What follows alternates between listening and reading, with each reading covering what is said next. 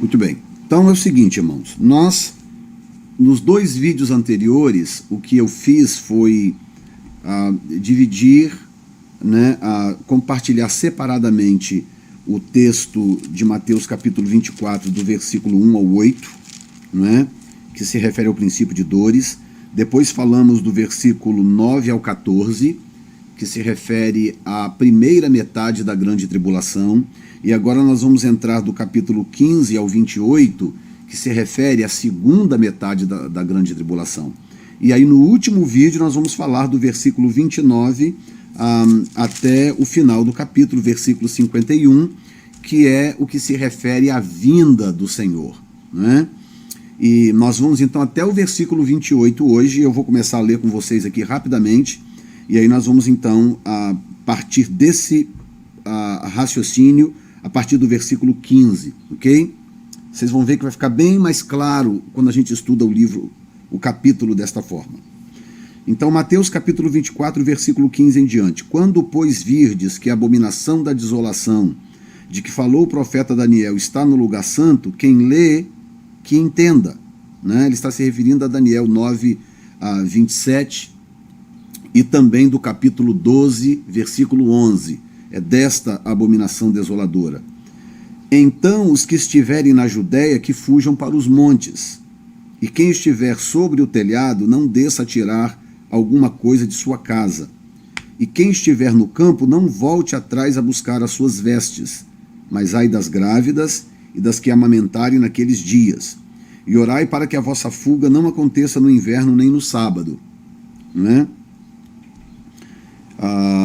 Porque haverá então grande aflição como nunca houve desde o princípio do mundo até agora, nem tampouco jamais haverá. Esta palavra é forte de Jesus, versículo 21. E se aqueles dias não fossem abreviados, nenhuma carne se salvaria, mas por causa dos escolhidos serão abreviados aqueles dias. Então, se alguém vos disser, eis que o Cristo está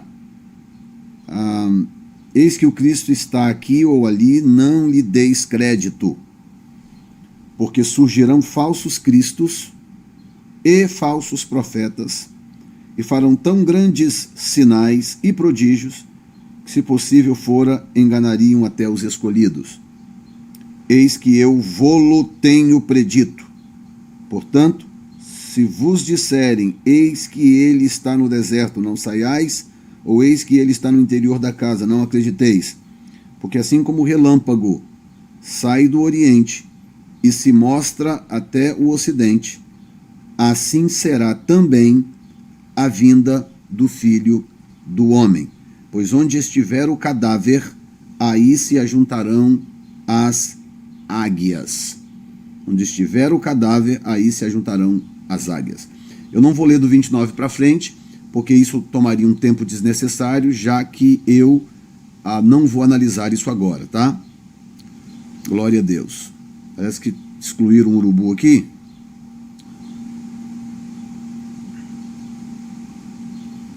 Amém. Que bom que eu não tenho que me preocupar com isso.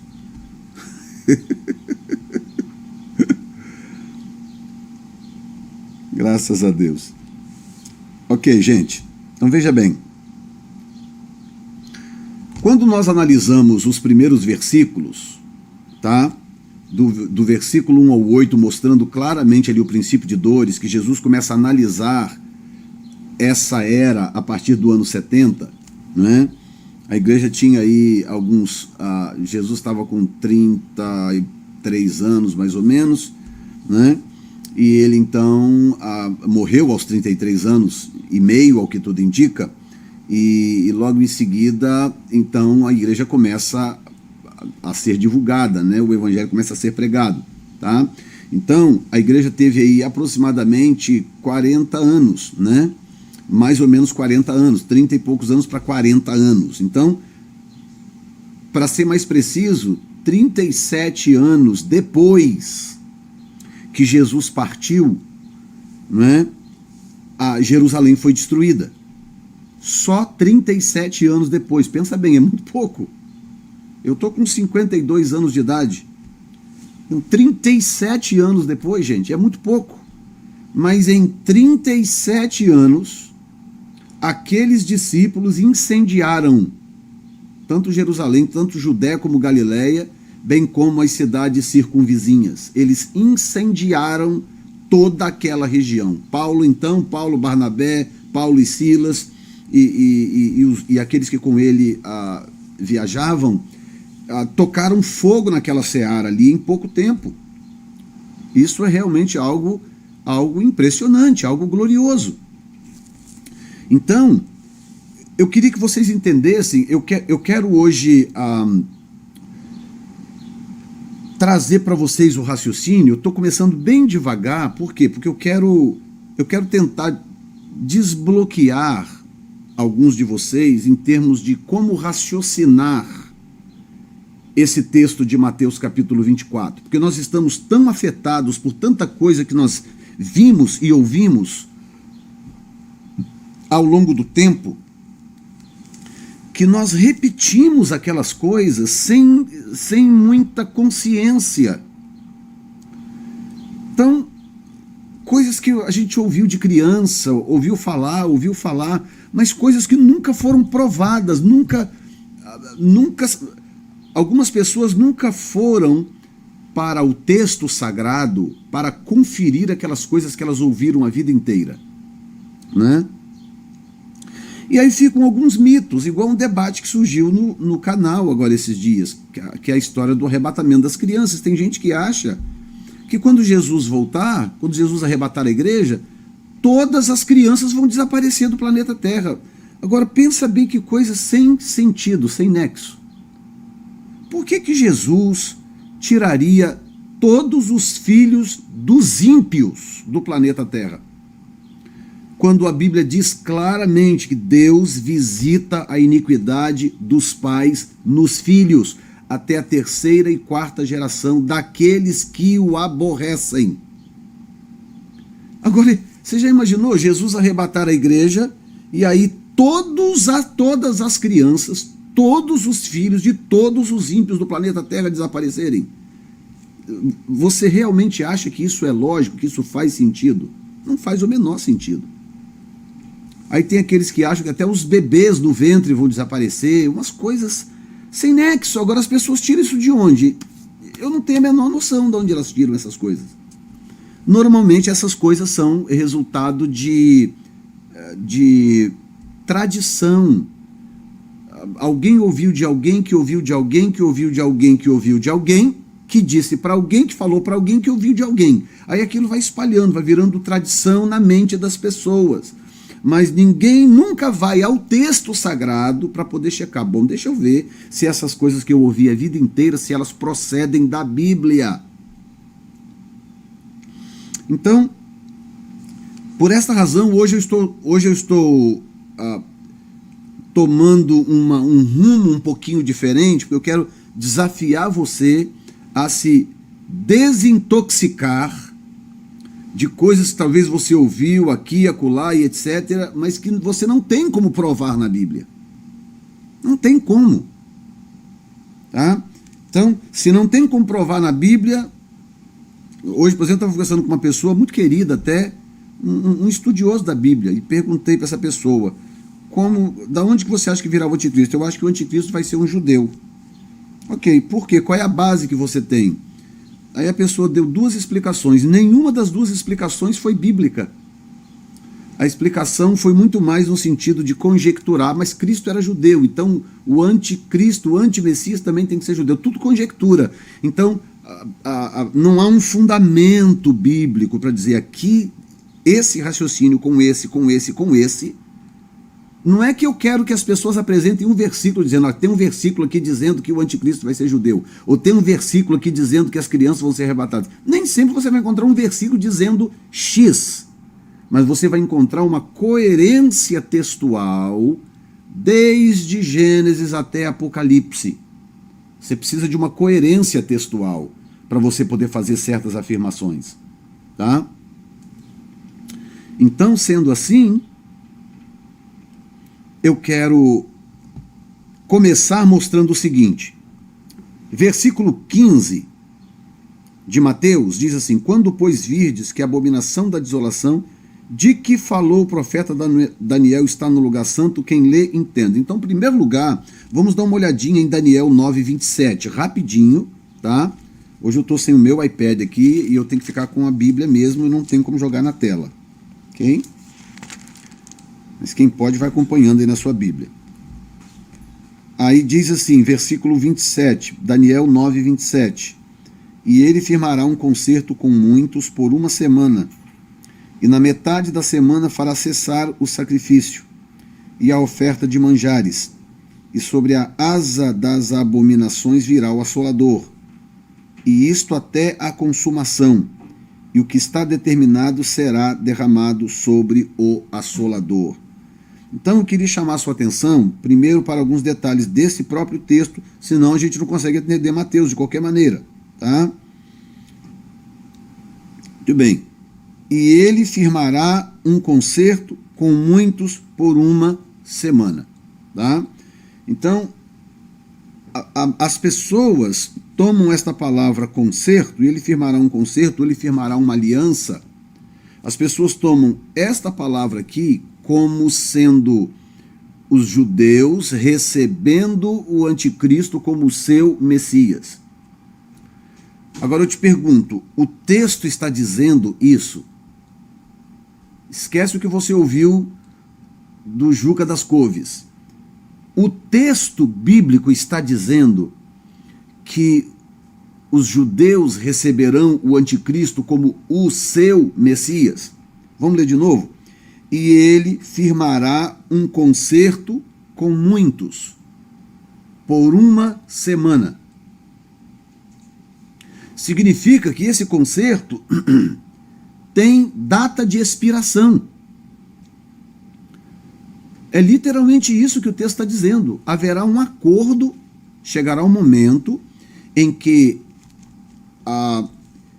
quando esse espírito anticristo encarnar numa pessoa, num ser humano, e eu volto a dizer, como eu disse na aula passada, e eu continuo crendo que o anticristo surgirá do resultado do Gog-Magog fase 1. Tá? É o que eu acredito que vai acontecer, ok? Então, haverá o Gog-Magog, como descrito por Ezequiel, tá? Haverá o Gog-Magog, como descrito por Ezequiel, e vai ser um massacre para as nações árabes. Israel vai derrotar todas elas, e aí diz que eles queimarão as armas por 7 anos. Eles queimarão as armas por 7 anos, depois do Gog-Magog. Vale até a pena, eu acho que, não sei se nós temos tempo, mas vale a pena dar uma olhadinha aqui em Ezequiel 38, só para você poder ver. Olha bem, Ezequiel 38, veio mais a minha palavra do Senhor, dizendo, filho do homem, dirige o rosto contra Gog, terra de Magog, príncipe e chefe de Meseque e Tubal, e profetiza contra ele, tá? Inclusive aqui começa o problema da interpretação de que a Rússia é a terra de Magog, né? Começa com a palavra Mesec, né? Que em hebraico nós temos só as consoantes, então nós temos o M, o S e o Q, que estou usando, lógico, o nosso alfabeto como referência, tá? E eles pegam a palavra Mesec, tá? E no hebraico, que parece muito com Moscova, que é a cidade de Moscou. E aí eles fazem uma salada de fruta tão grande para tentar provar que Mesec e Moscou são a mesma coisa. Mas eu vou entrar nesse assunto uma outra hora para poder provar para você linguisticamente é impossível que Mesec e Moscou sejam as mesmas coisas. Mas a gente trata disso uma outra hora. E diz, assim diz o Senhor Jeová, eis que eu sou contra ti, ó Gog, príncipe e chefe de Meseque e de Tubal. E te farei voltar e porei anzóis nos teus queixos e te levarei a ti, com todo o teu exército, cavalos e cavaleiros, todos vestidos bizarramente, a congregação grande, com escudos e rodela, manejando todos a espada. Aí o verso 5, olha bem, por que nós somos assim, né? Por que a gente deixa o que o texto diz e nós vamos em busca daquilo que o texto não está dizendo? Olha o que o texto diz. Persas. Primeiro nome que aparece no texto é o Irã. Persas. Por que eu vou em busca da Rússia aqui se o texto está me dando a Pérsia? É o primeiro nome que o texto me dá claramente. Pérsia, que é o Irã. Então, verso 5. Persas, etíopes, os de Put, com eles todos com escudos e rodelas. Put hoje equivale a parte do Egito, parte do Sudão, né? Com todos eles com escudos e capacetes. Gomer e todas as suas tropas, e a casa de Togarma, da banda do norte, e todas as suas tropas, muitos povos contigo. Prepara-te sim, depõe-te, tu e todas as tuas congregações que se reuniram a ti, e serve-lhes tu de guarda. Depois de muitos dias serás visitado no fim dos anos. Virás à terra que se retirou da espada, e que veio dentre muitos povos aos montes de Israel, que sempre serviram de assolação. Mas aquela terra foi tirada dentre os povos, e todos eles habitarão seguramente. Olha só que profecia perfeita. Está acontecendo hoje isso.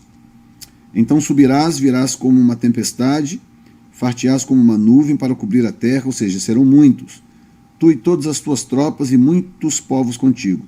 Assim diz o Senhor Jeová, e acontecerá naquele dia que terás imaginações no teu coração e conceberás um mau desígnio, e dirás, subirei contra a terra das aldeias não muradas.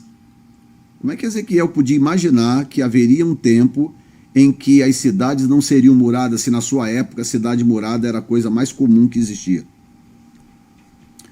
Virei contra os que estão em repouso, que habitam seguros, todos eles habitam sem muro e não têm ferrolho nas portas.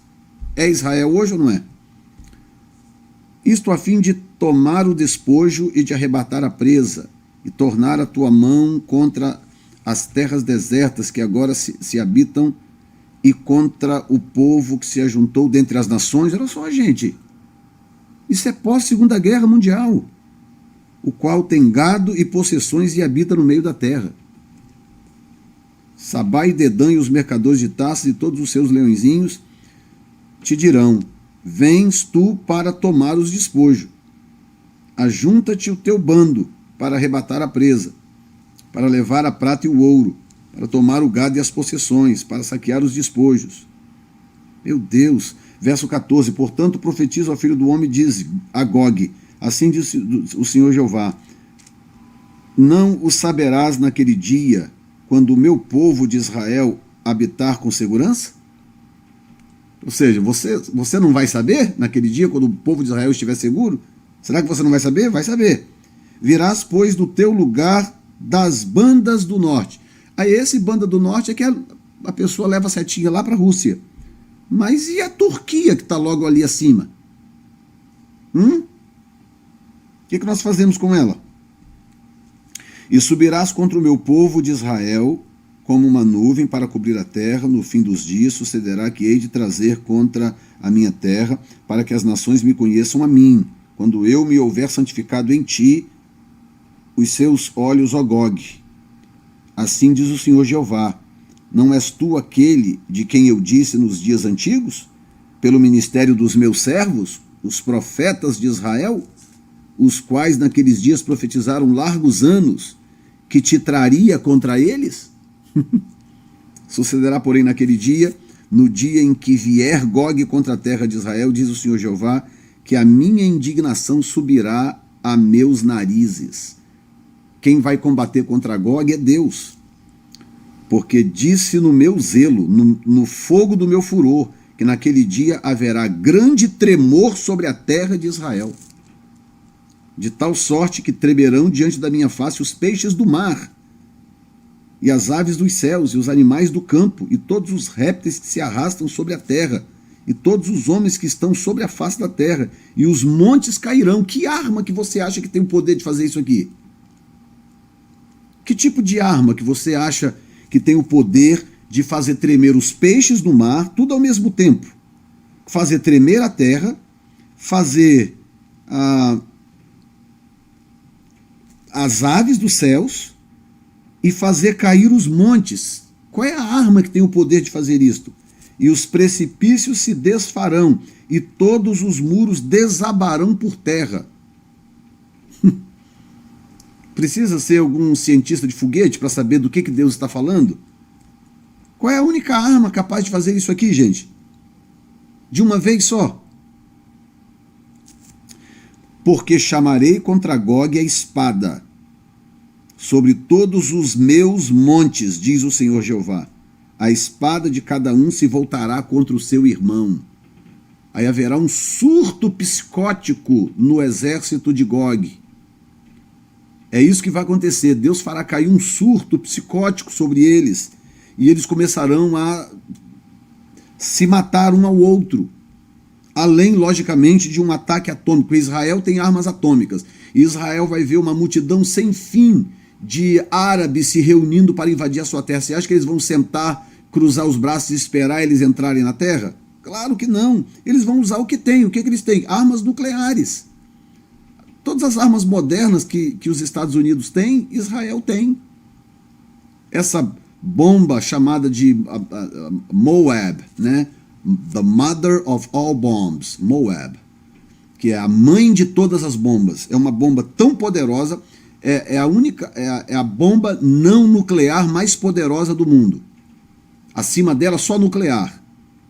Né? Israel também tem. Israel tem muitas ogivas nucleares.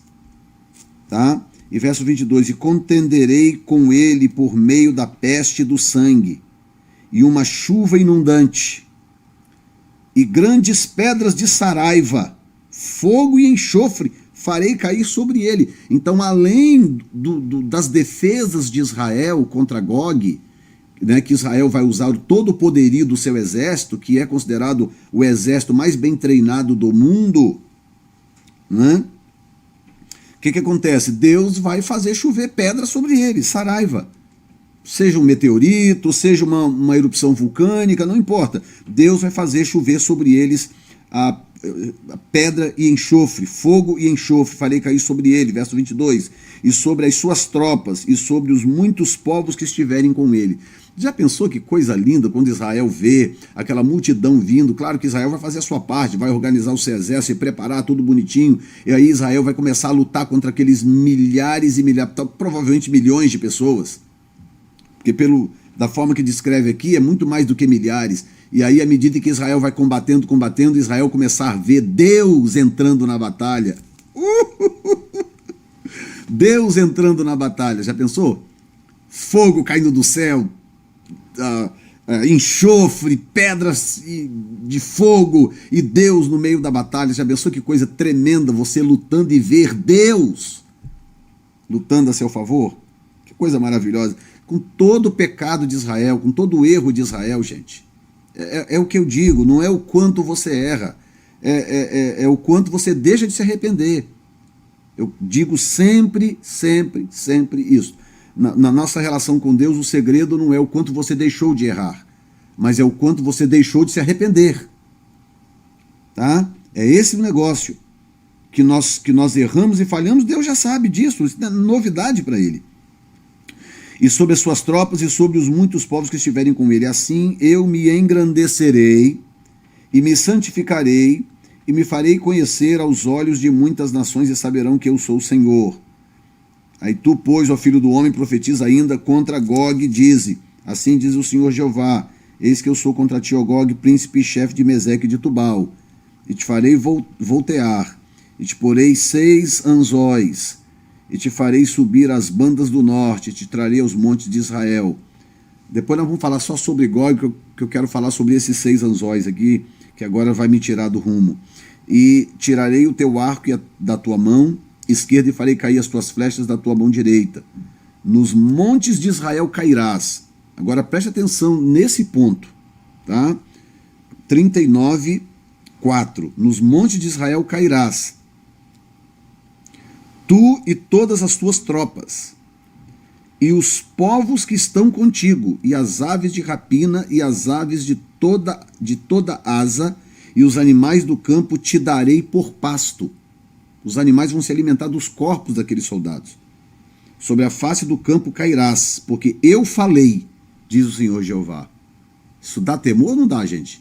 Deus vai se levantar contra o cabra. E enviarei um fogo sobre Magog, e entre os que habitam seguros nas ilhas, e saberão que eu sou o Senhor. Farei conhecido o meu santo nome no meio do meu povo de Israel, e nunca mais deixarei profanar o meu santo nome. E as nações saberão que eu sou o Senhor, o Santo de Israel. Eis que é vindo, e se cumprirá, diz o Senhor Jeová, este é o dia de que te tenho falado. E os habitantes das cidades de Israel sairão, e totalmente queimarão. Ok, aqui é que vem, veja bem. Versículo 9. Ezequiel, capítulo 39, versículo 9. Preste bem atenção, tá? Que isso tem a ver com o que nós estamos estudando hoje. E os habitantes das cidades de Israel sairão e totalmente queimarão as armas e os escudos, e as rodelas, com os arcos e com as flechas, e com os bastões de mão, e com as lanças, e farão fogo com tudo isso por 7 anos.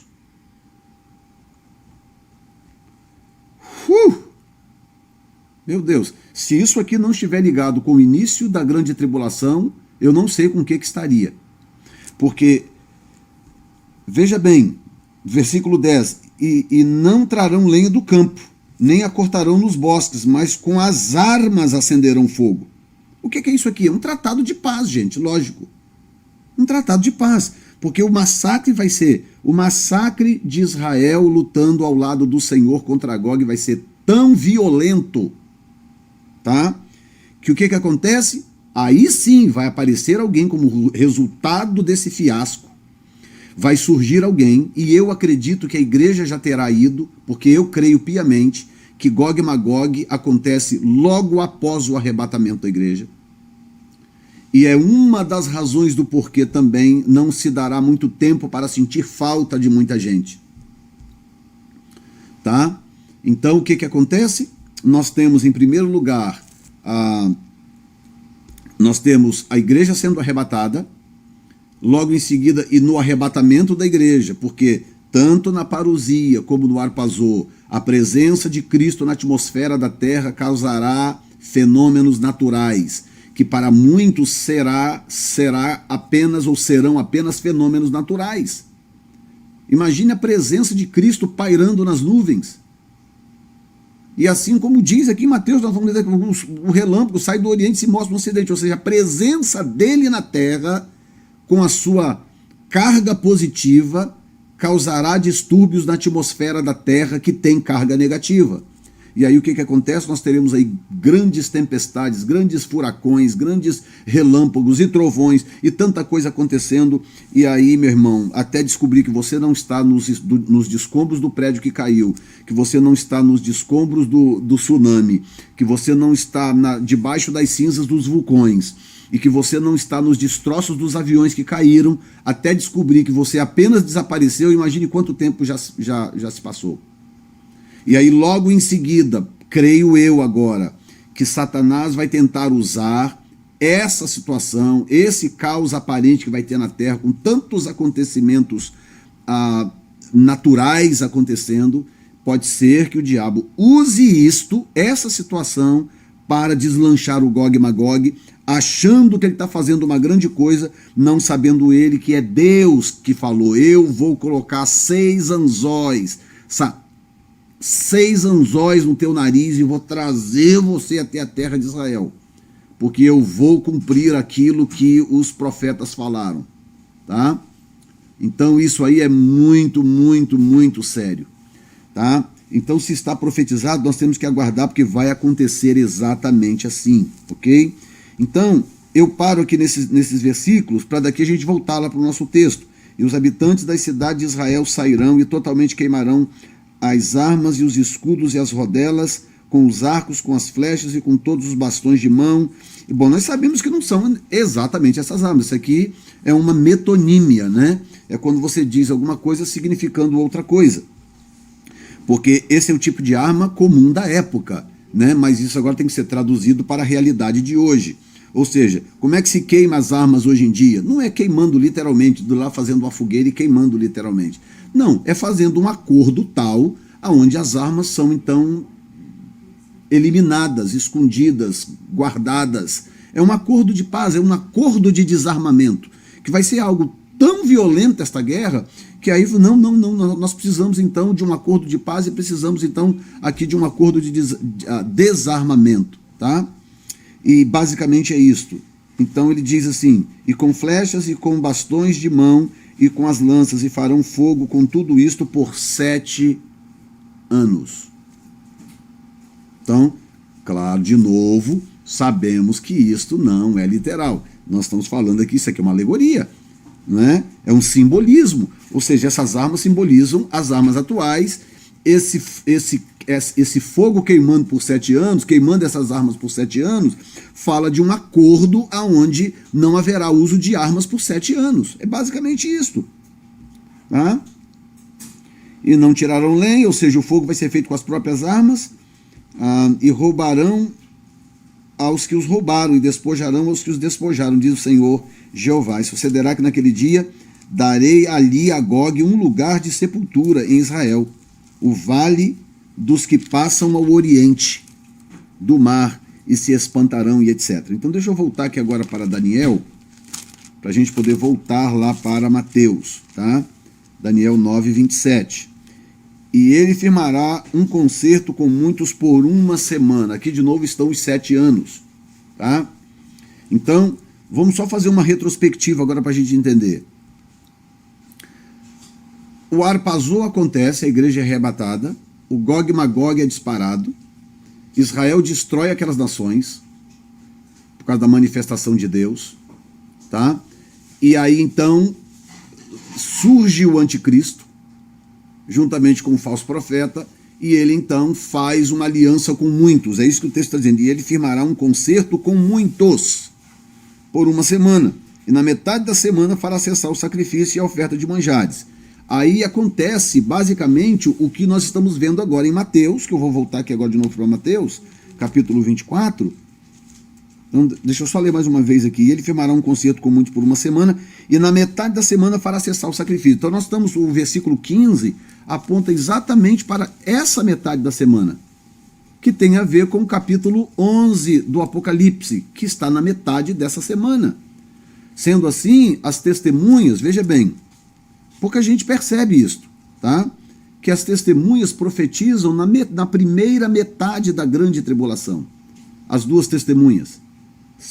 São duas testemunhas profetizando os primeiros 42 meses. Tá? Apocalipse capítulo 11, versículo 2, aqui, versículo 1. E foi-me dada uma cana semelhante a uma vara, e chegou o anjo e disse: levanta-te e mede o templo de Deus, e o altar, e os que nele adoram, e deixa o átrio que está fora do templo, e não meças, porque foi dado às nações, e pisarão a cidade santa por 42 meses. Tá? E darei poder às minhas duas testemunhas. Então veja bem que uma coisa está ligada à outra. Esses 42 meses com as duas testemunhas. Está entendendo o raciocínio do texto? Deixa o átrio que está fora do templo e não meças, porque foi dado às nações, e pisarão a cidade santa por 42 meses, e darei poder às minhas duas testemunhas. Então essas duas testemunhas, elas estão conectadas com os primeiros 42 meses, que é a primeira metade da grande tribulação. Tá?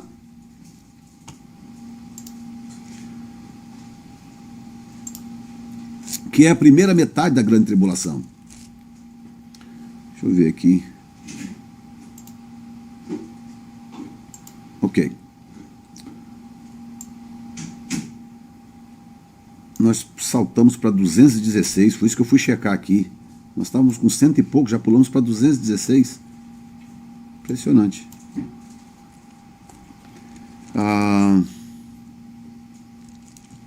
Então, veja comigo, irmãos, que isso é importante. Por que isso é importante? Porque eu quero mostrar para você essa questão dos 42 meses juntamente com os 1290 dias lá de Daniel, capítulo 12, versículo 11, e os 1335 dias, né, quem chega a 1335 dias, capítulo 12, versículo 12, o que acontece?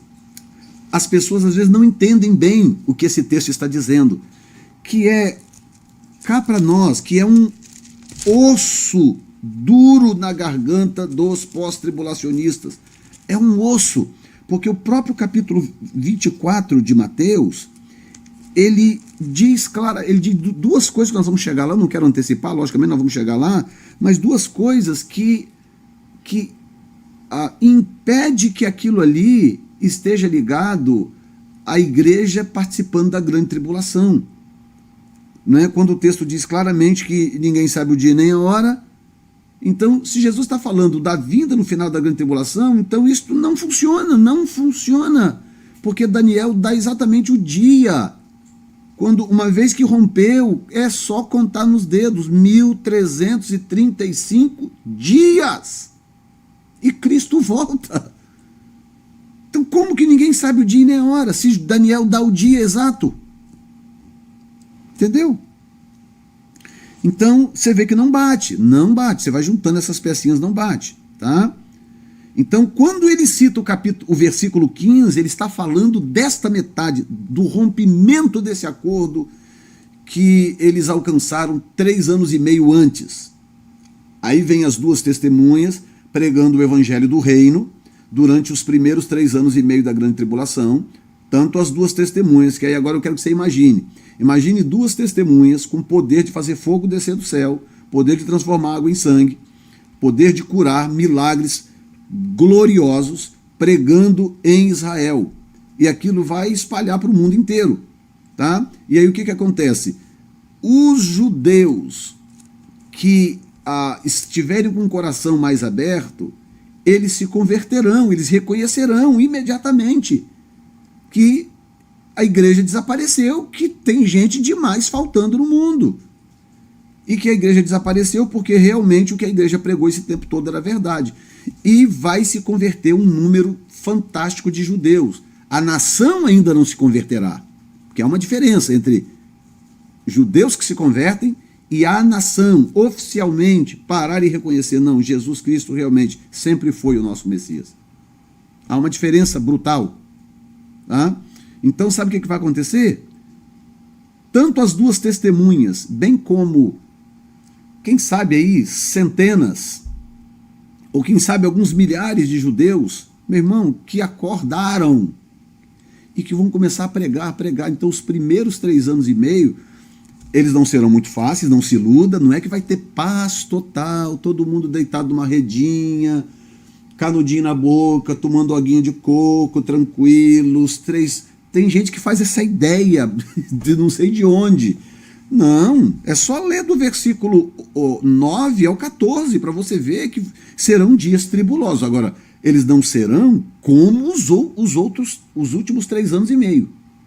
Porque os últimos 3 anos e meio, realmente, como o próprio Senhor Jesus diz aqui, versículo 21, porque haverá então grande aflição como nunca houve desde o princípio do mundo até agora, nem tampouco jamais haverá.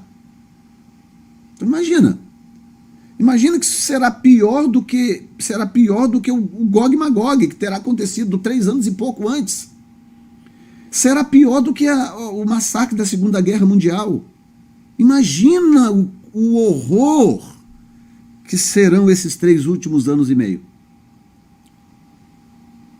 É muito sério, porque Jesus não está usando aqui de nenhuma hipérbole, Jesus está dizendo a verdade gráfica como ela é, para que as pessoas saibam, tipo assim, se você ficar aqui para a grande tribulação, então é melhor que você saiba o que você vai passar. Por isso que os últimos 3 anos e meio da grande tribulação, eles são abordados do versículo 15 em diante, até o final. Tudo que é ruim, Deus gasta mais tempo falando na Bíblia para poder abrir a mente das pessoas. É a única coisa que Deus quer, isso, é abrir a mente das pessoas. Tipo assim, eu não quero que você passe por isto. Eu não quero, então aqui está o que vai acontecer. E ponto final. Amém, gente? Aí ele diz assim, aí veja bem, irmãos, ele fala da desolação, que nós já vimos lá em Daniel 9:27. Aí ele diz assim, então os que estiverem na Judéia que fujam para os montes. Aí, sinceramente, aqui é uma questão de inteligência, não tem outra coisa a dizer. Porque o contexto é tão absurdamente judaico, o contexto é tão absurdamente judaico, que eu não sei nem se precisa explicar. Então os que estiverem na Judéia que fujam para os montes. E quem estiver no telhado, não desça tirar alguma coisa de sua casa. Quem estiver no campo, não volte atrás a buscar as suas vestes. Ai das grávidas e das que amamentarem naqueles dias. Aí você vai lá para Oséias 13, como nós lemos há 2 semanas atrás, e aí você entende por quê. Porque Oséias disse, olha, eles vão pegar as mulheres grávidas de vocês e vão matar, vão pegar as crianças de vocês e vão dar com elas nas pedras.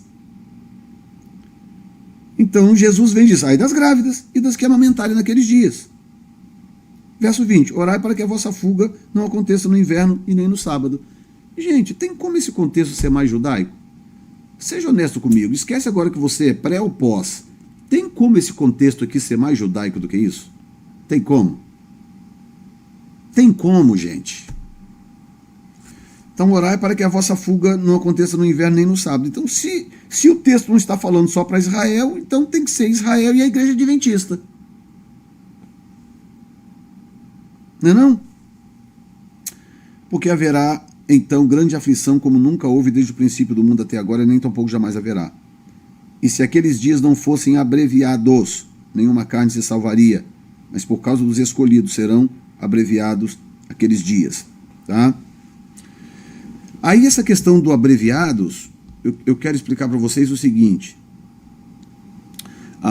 Por exemplo, primeiro nós lemos... Deixa eu lá no Apocalipse primeiro, rapidinho.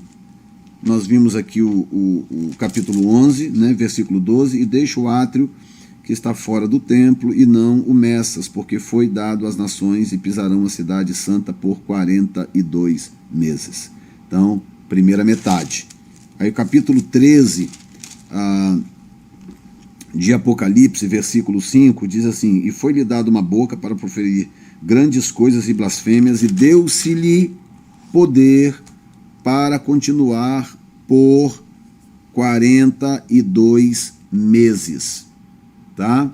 Então veja bem, há um detalhe aqui que eu nunca ouvi ninguém observar isso aqui. Tá? Realmente eu nunca, jamais ouvi alguém observar o que eu vou observar para você aqui agora. Tá? Eu vou ler de novo o texto para você perceber onde eu quero chegar. Tá? Tem a descrição da besta, capítulo 13, quando chega no versículo 5, diz assim, e foi-lhe dada uma boca para proferir grandes coisas e blasfêmias, e deu-se-lhe poder para continuar por 42 meses. E abriu a boca em blasfêmias contra Deus, para blasfemar do seu nome, e do seu tabernáculo, e dos que habitam no céu. Foi-lhe permitido fazer guerra aos santos e vencê-los. Aí os pós-tribulacionistas, porque santo para os pós-tribulacionistas é só a igreja, é só os cristãos. Santos para eles são só os cristãos. Então eles leem isso aqui, santos, bingo, aqui está a igreja. Tá, então a palavra santo na Bíblia para os pós-tribulacionistas significa igreja. Tá? E foi-lhe permitido fazer guerra contra os santos e vencê-los. E deu-lhes poder sobre toda tribo, língua e nação. Então o que nós fazemos com a palavra santos no Velho Testamento, quando a igreja não existia? O que a gente faz, né, com a palavra santos no Velho Testamento? É uma graça, viu? Mas o que eu quero mostrar é isso aqui, tá? Guarda esse texto aqui agora que eu quero te mostrar outra coisa, tá? Diz que para continuar por 42 meses, ok? Muito bem. Agora eu vou lá com vocês a Daniel, de novo, capítulo 12. É ruim quando não dá para colocar o texto aí, né? Eu particularmente gosto de colocar o texto, porque ajuda muito. Muito bem, olha bem. Daniel 12, versículo 11 e 12. E desde o tempo em que o contínuo sacrifício for tirado e posta a abominação desoladora, haverá 1290 dias, ok? Bom, como eu não tenho como colocar na tela, eu quero mostrar para vocês aqui algo. Não sei se eu consigo mostrar aqui, deixa eu ver. Ok. Ok, é o seguinte. O calendário judaico são 12 meses também, só que os meses têm 30 dias, tá? Então 30 vezes 12 igual a 360, tá? Isso aqui vezes 7, perdão, não é vezes 7, vezes 3,5. Então é 30 dias vezes 12, que é igual a 360 vezes 3,5, igual, não sei se dá para ver daí, tá aqui na minha calculadorinha aqui, ó. Deixa eu ver, dá para ver? Acho que não, né? Deixa eu ver, olha lá, ó. 1260. Tá meio ruim, não dá para ver direito na televisão, na coisa, porque a câmera tá com o foco em mim. Mas enfim, 360, tá? Que é 30 vezes 12, vezes 3 anos e meio. Dá 1260. Então veja bem, aqui é que vai o ponto. A metade da grande tribulação, no calendário judaico, dá 1260 dias, tá? 1260 dividido por 12, dividido por 30, ok? Muito bem. Olha o que Daniel está dizendo. E desde o tempo em que o contínuo sacrifício for tirado e posta a abominação desoladora, haverá 1290 dias. Então nós temos aqui 30 dias, um mês sobrando, tá? Um mês sobrando. Por que esse mês está sobrando? Agora vamos voltar lá no Apocalipse para você entender, tá? Porque 42 meses exatos daria 1260 dias, 1260. Daniel está me dando 1290, ou seja, 30 dias a mais. Tem um mês extra na conta de Daniel, tá? E é isso que nós precisamos entender, o que é que está acontecendo, que ninguém explica. Então eu vou te mostrar aqui agora. Ok? Capítulo 13. Capítulo 13, versículo 5. E foi-lhe dado uma boca para proferir grandes coisas e blasfêmias, e deu-se-lhe poder para continuar por 42 meses. 42 meses, eu repito, são 1260 dias. É a metade da grande tribulação. 42 meses mais 42 meses dá uma semana. Só que tem um pequeno problema, que Daniel, ele inclui um mês, tem um mês extra. Daqui a pouco eu vou falar, porque na verdade são 2 meses e meio extra no total, mas eu explico daqui a pouco, tá? Daniel adiciona um mês, 1290. Agora eu vou te explicar para você por que esse mês está adicionado, ok? No capítulo 11, aonde fala sobre as duas testemunhas, o texto diz, versículo 2, e deixa o átrio que está fora do templo e não meças, porque foi dado às nações e pisarão a cidade santa por 42 meses. Então nós temos 42 meses para o início da grande tribulação, tá? E que as testemunhas profetizarão. E nós temos no capítulo 13, versículo 5, mais 42 meses que são dados ao anticristo, para ele então cumprir com os intentos, na verdade são intentos de Deus, tá? Que ele pensa que ele vai estar mandando, mas são os intentos de Deus, ok? Agora veja isso aqui, Versículo 3: e darei poder às minhas duas testemunhas e profetizarão por 1260 dias. 1260, 42 meses, certo? Ok. 1260 dias vestidos de pano de saco. Estas são as duas oliveiras e os dois castiçais que estão diante do Deus de Israel. E se alguém lhes quiser fazer mal, fogo sairá da sua boca e devorará os seus inimigos. E se alguém lhes quiser fazer mal, importa que assim seja morto. Estas têm o poder para fechar o céu, para que não chova nos dias da sua profecia, e têm o poder sobre as águas para convertê-las em sangue, e para ferir a terra com toda sorte de pragas quantas vezes quiser. Tem gente que ainda tem dúvida que essa segunda testemunha é Moisés. Eu não sei como que consegue ter dúvida. Que só falta colocar a foto de Moisés aqui no texto. E quando acabarem o seu testemunho, a besta que sobe do abismo lhes fará guerra e as vencerá e as matará. Ponto. O que acontece? O que eu creio que está acontecendo aqui? É que há um gap aqui de 30 dias, aqui no meio da grande tribulação, que não está sendo contada como parte da semana. Tá? Aí tem um outro gap, mas já é lá no final que eu vou mostrar depois. Então, olha bem. As testemunhas profetizarão por 1260 dias, 42 meses. Tá? A primeira metade da grande tribulação. Aí o que vai acontecer quando terminar os 1260 dias, que é a metade da grande tribulação, vai começar um período, um gap, um parêntese, que não está contado como parte daquela semana, que é o período em que o anticristo vai atrás das duas testemunhas, que é exatamente um parêntese de um mês. Haverá 30 dias de parêntese que o anticristo vai precisar para poder matar as duas testemunhas, porque os seus 42 meses finais não começarão enquanto as duas testemunhas estiverem vivas. Captaram agora? Aí o que Deus está fazendo? Deus está tirando da conta esses 30 dias.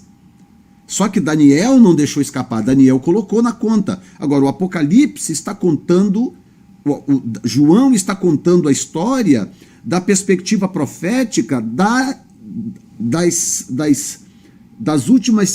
última semana, dos últimos 7 anos lineares.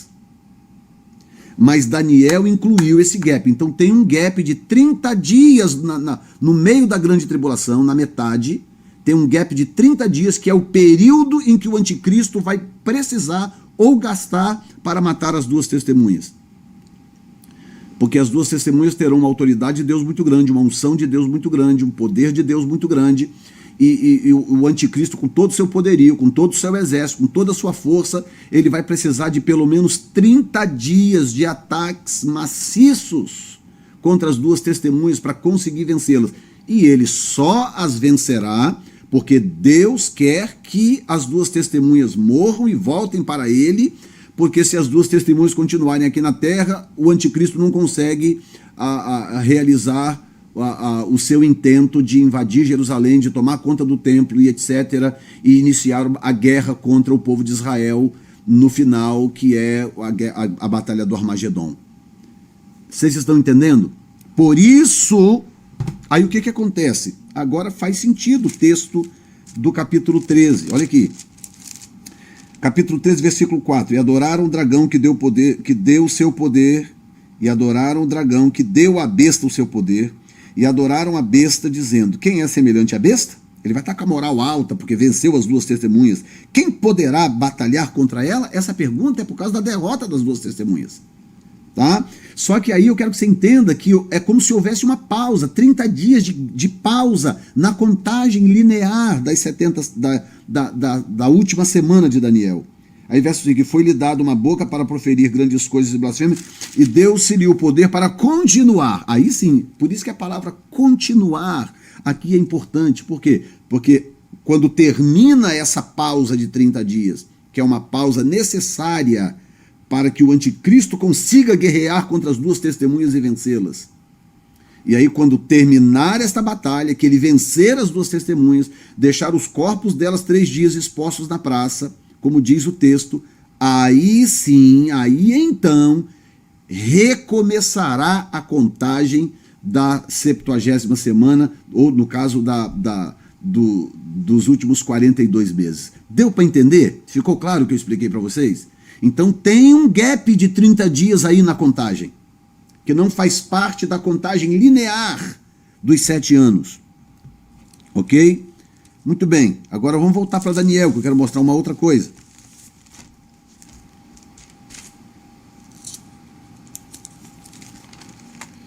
Muito bem. Daniel.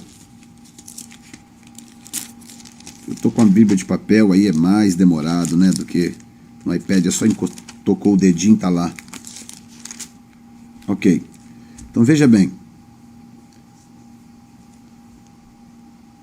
Daniel 12:11. Desde o tempo em que o contínuo sacrifício for tirado e posta a abominação assoladora, haverá 1290. Tá? 1290. Bem-aventurado que espera e chega até 1335 dias.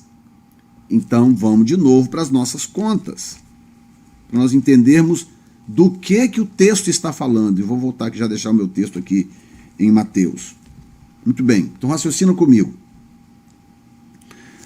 1335 menos 1260, nós vamos ter aí uma média de 2 meses e meio, tá? Dá 65 dias de diferença.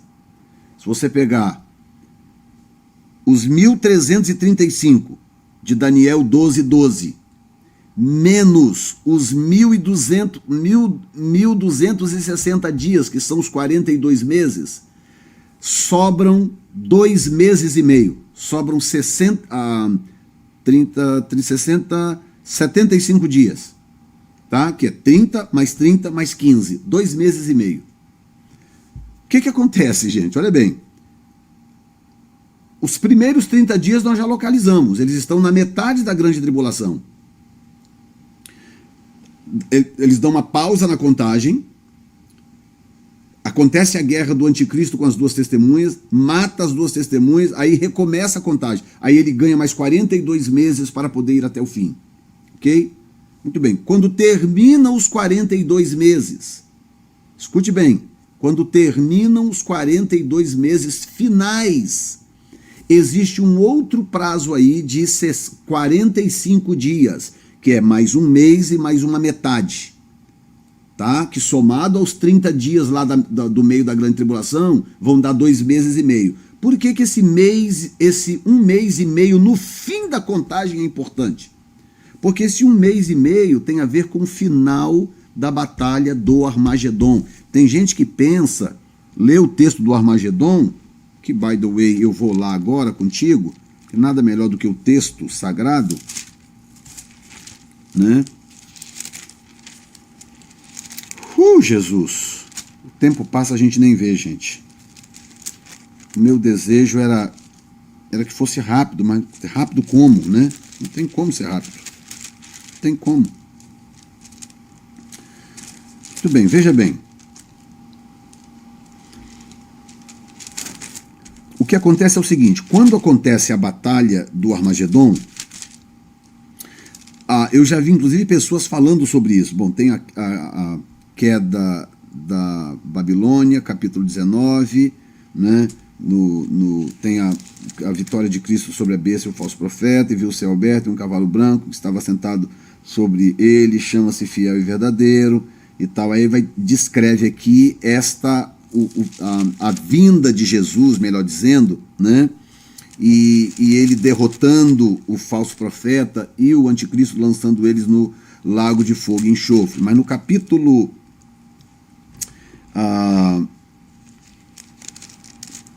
o versículo que eu quero, capítulo 18, e depois dessas coisas vi descer do céu outro anjo que tinha grande poder nas mãos, ele clamou fortemente com grande voz, dizendo: caiu a grande Babilônia, tornou-se morada de demônios, abrigo de todo o espírito imundo e tal. Não é esse o versículo, eu tinha marcado ele aqui. Beberam do hino. Okay.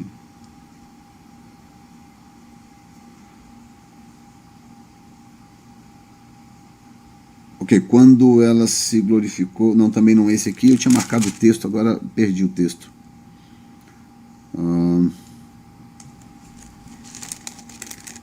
Ok, se não achar não tem problema, nós vamos continuar no raciocínio do mesmo jeito.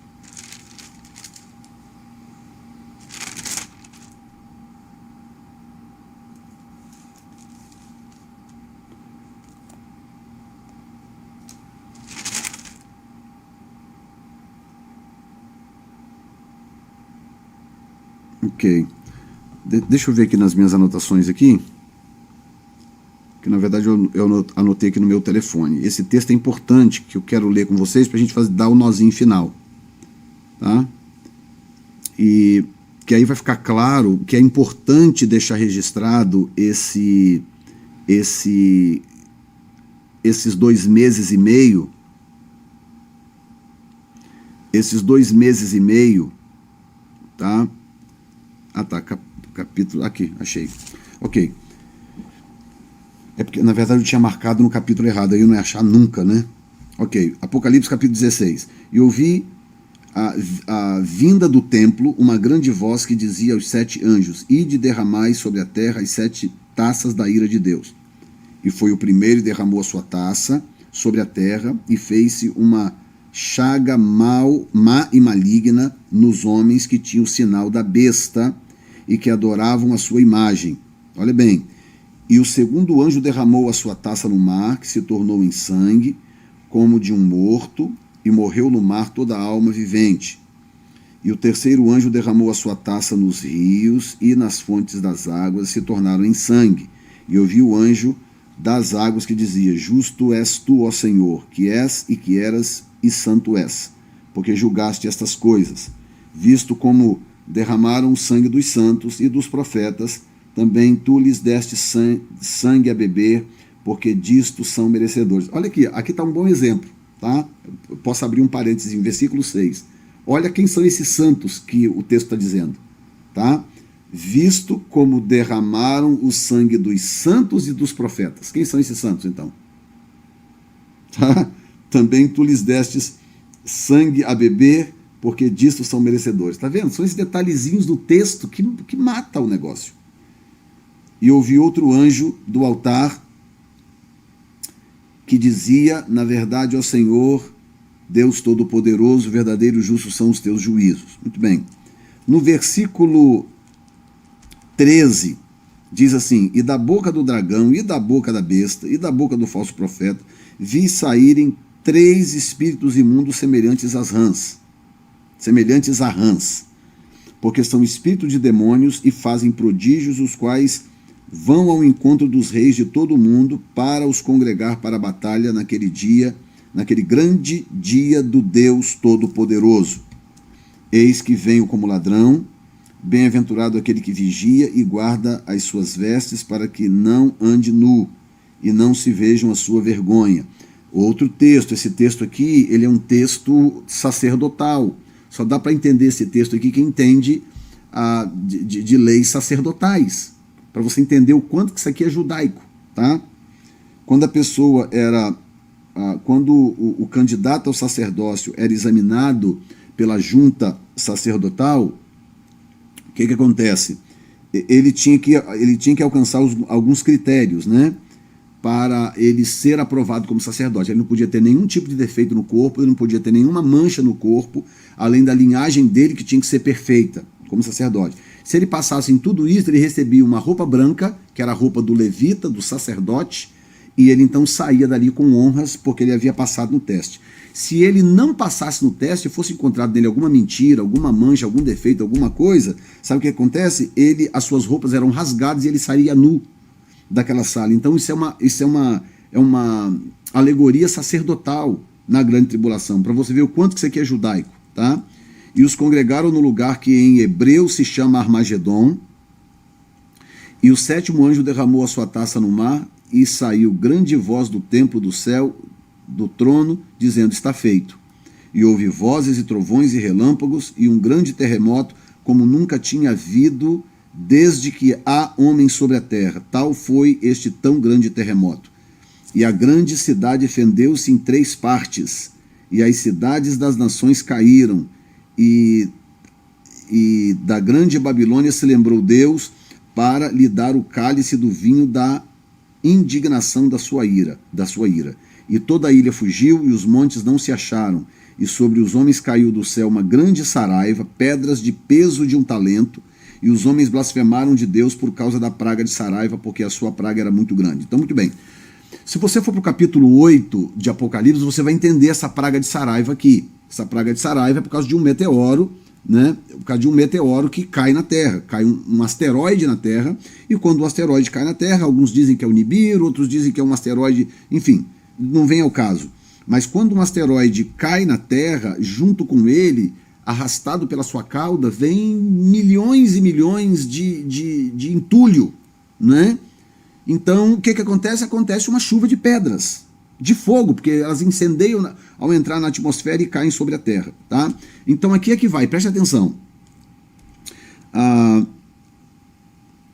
Versículo 19. E a grande cidade fendeu-se em 3 partes, e as cidades das nações caíram, e da grande Babilônia, aqui vai, versículo 19, e da grande Babilônia se lembrou Deus. Porque olha bem, algumas pessoas dizem o seguinte, que ao terminar o Armagedon, Jesus já aparece nos ares. Eu mesmo, se você procurar vídeos meus aí de anos atrás, eu mesmo já disse isso, tá? Porque é o que parecia. Mas quando você checa esses detalhes que eu estou te dando agora, você percebe o seguinte, é que não bate, por quê? Porque depois dos 42 meses do anticristo, porque o anticristo tem 42 meses, tá? Então nós temos os primeiros 42 meses, aí tem um parêntese de 30 dias, e tem os últimos 42 meses do anticristo, ok?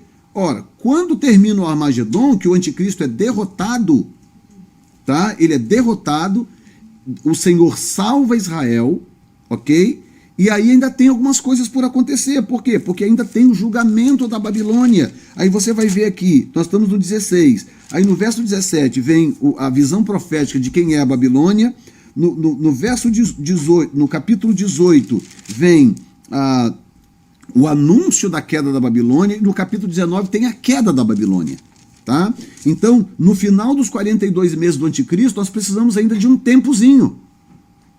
Por isso que Daniel disse no seu livro, bem-aventurado os que chegam a 1335, porque nós temos 1260 e 1260, 42 meses e 42 meses. No meio tem um gap de 30 dias, né, que dá 1290, tá? Um gap de 30 dias. Mas como o número final de Daniel é 1335, então tem mais 45 dias aí faltando, que não cabem dentro dos 42 meses iniciais, nem dos 42 meses finais. Para que eu preciso desses 45 dias? Para o julgamento da Babilônia. Então, quando termina o Armagedon, que o anticristo é destronado, e que milagrosamente o remanescente de Israel consegue escapar, consegue vencer, o Senhor derrota o anticristo, aí então vem os 45 dias finais do julgamento de Deus sobre a Babilônia, que é o anúncio de quem é a Babilônia, capítulo 18, o anúncio do juízo da Babilônia, e capítulo 19, a queda da Babilônia. Aí sim, quando a Babilônia cai, é que está pronto para Jesus aparecer nas nuvens, para que então haja a parousia. A parousia só pode acontecer quando quando a Babilônia cair, tá? Porque lembre-se que tudo começa com a Babilônia. A Babilônia é a cabeça de ouro da estátua, a Babilônia é a cabeça de leão do animal, tudo é Babilônia. Começa com a Babilônia. Então a Babilônia tem que cair. E a Babilônia só cai com o juízo divino depois da batalha do Armagedon. Acaba a batalha do Armagedon e aí então vem a destruição da Babilônia, que Deus faz de forma cerimonial. Há todo um processo cerimonial de Deus para denunciar, é como se fosse um julgamento mesmo, judicial, denunciar a Babilônia, anunciar a queda da Babilônia, e a queda da Babilônia Deus denuncia no capítulo 17, anuncia a queda no capítulo 18 e a Babilônia cai no capítulo 19. Entendeu? Por isso que Daniel diz, olha, o negócio é 1290 dias, tá? Porque tem 30 dias de gap aí. Ele não fala, não, eu que estou adicionando. Então é 1290 dias, mas, aí vem o mais.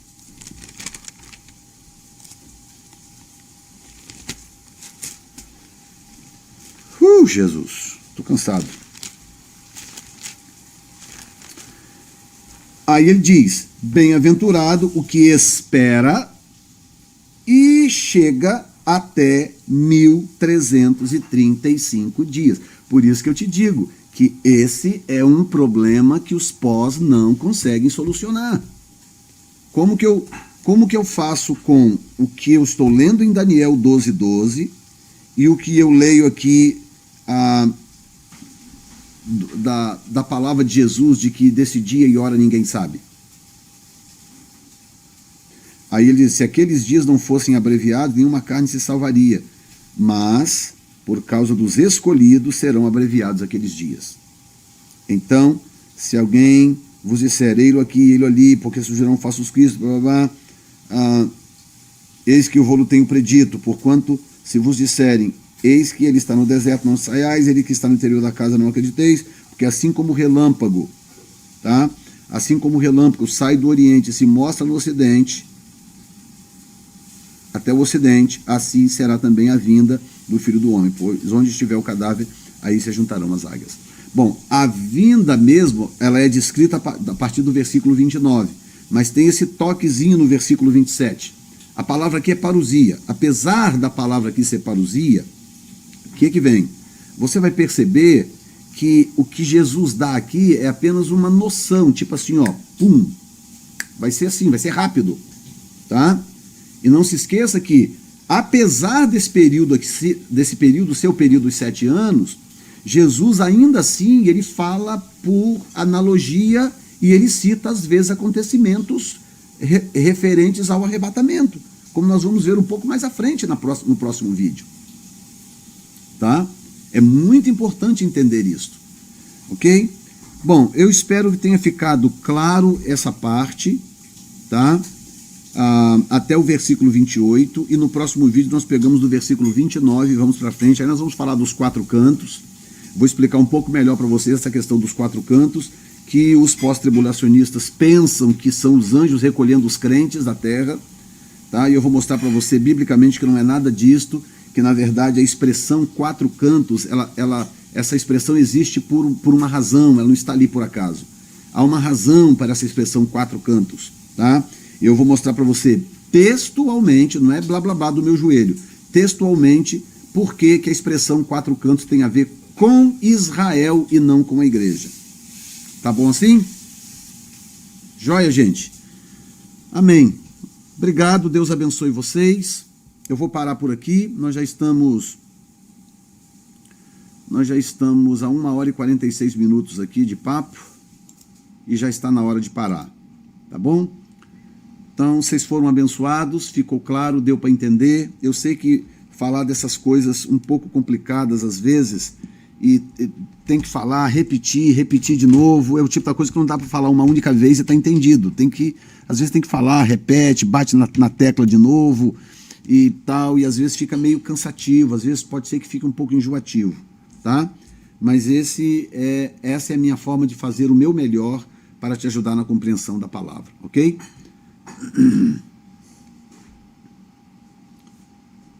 Ok, então Samak 14 dizendo, vou ter que ouvir de novo para entender melhor essa questão aí do gap, né? E só para ajudar, a palavra gap é G-A-P, é uma palavra americana, né? G-A-P, gap, tá? Espiritualmente sim, obrigado pastor, obrigado.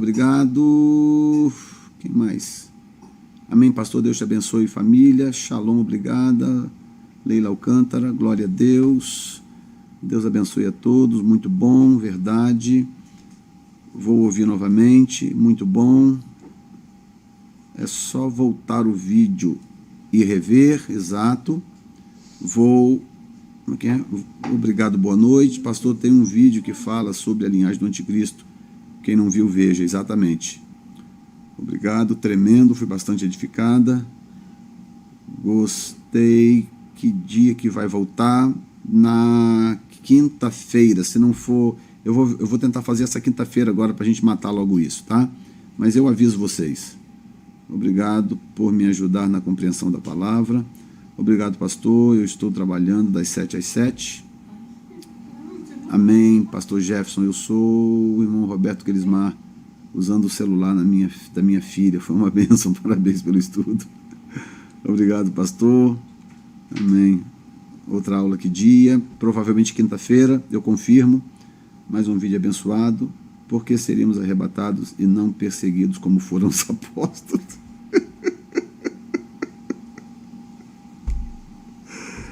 Eu não aguento com essa visão linear dos pós-tribulacionistas. Olha bem a pergunta aqui da Poliana Silva. Por que seríamos arrebatados e não perseguidos como foram os apóstolos? Então, seguindo o seu raciocínio, Poliana, por que você tem comida na sua despensa se tem tantos crentes passando fome na África? Por que você nunca morreu num desastre natural se tantos irmãos em Cristo morreram em tsunamis, em terremotos e etc.? Por que você está saudável aí se tem tantos crentes doentes nos hospitais? Então, pelo amor de Deus, cresça, né? Cresça.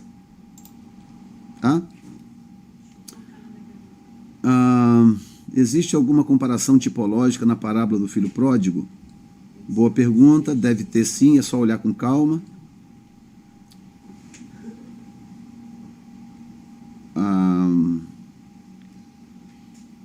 Pastor, está concretizado os navios com muçulmanos para... essa história dos navios, que agora estão... as pessoas, elas compram qualquer coisa, né? Estão dizendo, é falso, essa história é falsa, é falsa. O importante aqui não é a quantidade de navios, gente. São 11 navios, são 13 navios, são 5 navios, são 20 navios. Não é esse o ponto, tá? O que conta é o fato que está acontecendo.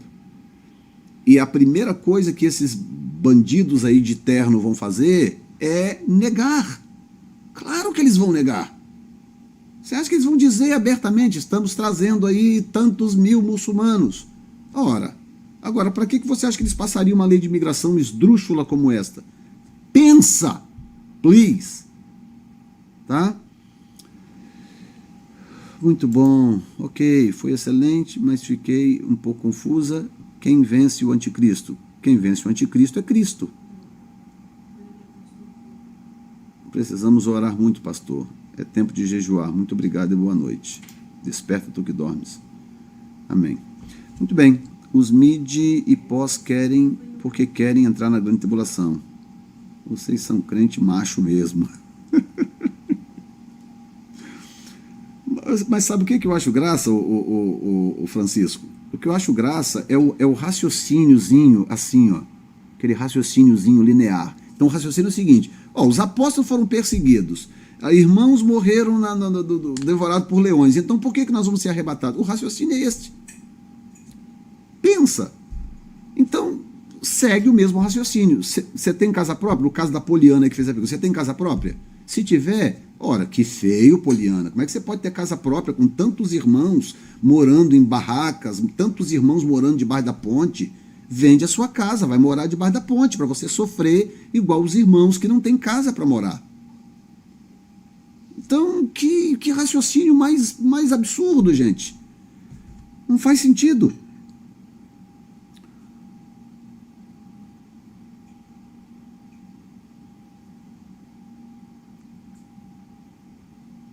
Ok. Muito bem. Tá bom, gente. De bom tamanho, tá? Ó, Deus abençoe a todos. Pai, obrigado por este encontro. Mais uma vez, no nome de Jesus. Amém. Deus abençoe a todos. Para a glória do nome do Senhor. Um abraço. Amém.